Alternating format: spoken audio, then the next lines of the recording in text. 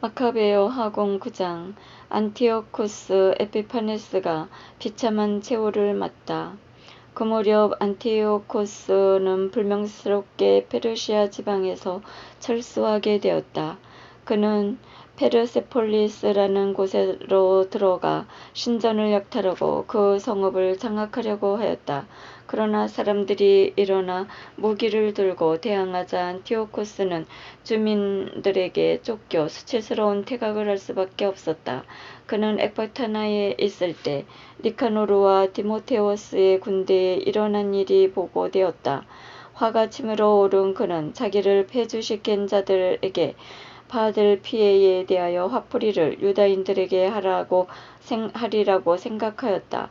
그래서 목적지에 이를 때까지 쉬지 않고 병거를 몰라고 병거병에게 지시하였다. 그러나 하늘의 심판이 그와 함께 가고 있었다. 그는 거만을 떨며 내가 예루살렘에 다다르기만 하면 그곳을 유다인들의 공동묘지로 만들겠다 하고 말하였다. 그러나 모든 것을 보시는 주 이스라엘의 하나님께서 보이지 않는 치명타를 그에게 가하셨다. 그 말을 끝나자마자 그는 내장에 극심한 통증을 느끼고 속으로 지독한 고통을 겪게 되었다.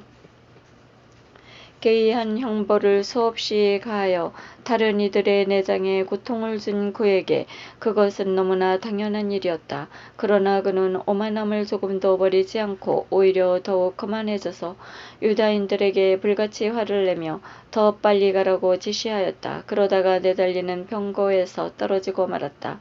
너무 세게 떨어져 몸이 뼈마디가 모두 어긋났다. 조금 전까지 초인적인 교만으로 바다 물결에 명령할 수 있다고 어기고 산들의 높이를 잴 수 있다고 생각하던 그가 이제는 땅바닥에 떨어져 들것에 실려 가게 되었다. 그리하여 하느님의 능력이 모든 이에게 밝히어 드러나게 되었다. 이 사악한 자의 눈에서는 구더기들이 기어나오고 극심한 고통 속에서도 살아있기는 하지만 살은 썩어 문드러져 갔다. 그 썩은 냄새가 온 군대를 참을 수 없게 만들었다. 얼마 전까지만 해도 하늘의 별까지 딸 수 있다고 어기던 그였지만 이제는 냄새 때문에 아무도 그를 옮길 수조차 없게 된 것이다. 마침내 그가 꺾인 그를 거만함은 그의 거의 다 버리고 하느님의 채찍질로 점점 심해져가는 고통 속에서 깨달음을 얻기 시작하였다.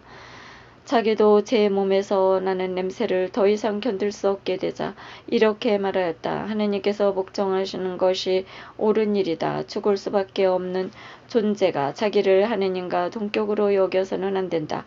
그리고 더 더러운 자는 자기에게서 자비를 베푸실 리 없는 주님께 맹세하며 자기가 빨리 나서 무너진 공동묘지로 만들어 버리겠다고 한 거룩한 도성의 자유를 선포하고 묻어줄 가치조차 없이 여기는 아이들과 함께 들짐승과 새들의 먹이로 던져버리겠다고 하던 유다인들을 모두 아테네인들과 똑같이 대우하고 전에 자기가 노략질하던 거룩한 성전을 가장 좋은 예물로 꾸미고 모든 거룩한 기물들을 몇 갑절로 되돌려주며 희생제물을 마련하는 비용을 자기가 수입해서 지불하고 그뿐만 아니라 자신도 유대인이 되어 사람이 사는 곳이면 어디나 가서 하느님의 권능을 선포하겠다고 하였다. 그러나 하느님의 의로운 심판이 그에게 내려 고통이 조금도 그치지 않자 그는 희망을 포기하고 유다인들에게 아래와 같은 단원 형식의 편지를 썼다. 그 내용은 이러하다. 임금이며 장수인 안티오코스가 훌륭한 유다 시민들에게 따뜻한 인사를 보내며 건강과 번영을 빕니다.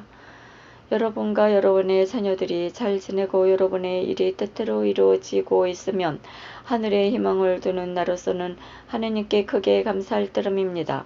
나는 지금 병상에 누워 여러분이 나에게 보여준 호의를 애정어린 마음으로 회상하고 있습니다. 나는 페르시아 지방에서 돌아오는 길에 몹쓸 병에 걸렸습니다. 그래서 나는 모든 이를 위하여 공공의 안전을 생각해야 할 필요를 느꼈습니다. 나는 이 병에서 회복되리라는 큰 희망을 가지고 있기 때문에 나의 처지에 절망하지 않습니다. 나는 부왕께서 저 위에 지방으로 원정을 가실 때 후계자를 지명하신 것을 보았습니다. 그것은 예기치 못한 사태가 일어나거나 불길한 소식이 전해졌을 때 나라의 백성들이 누구에게 국사가 맡겨졌는지를 알고서 동요하지 않게 하려는 것이었습니다. 그뿐만 아니라 나는 인접한 나라의 통치자들과 내 왕국의 이웃들이 기회를 엿보면서 무슨 일이 일어나기를 기다리고 있다는 것을 알고 있기에 저 위의 지역으로 서둘러 떠날 때에 내 아들 안티오코스를 왕위의 계승자로 임명하였습니다.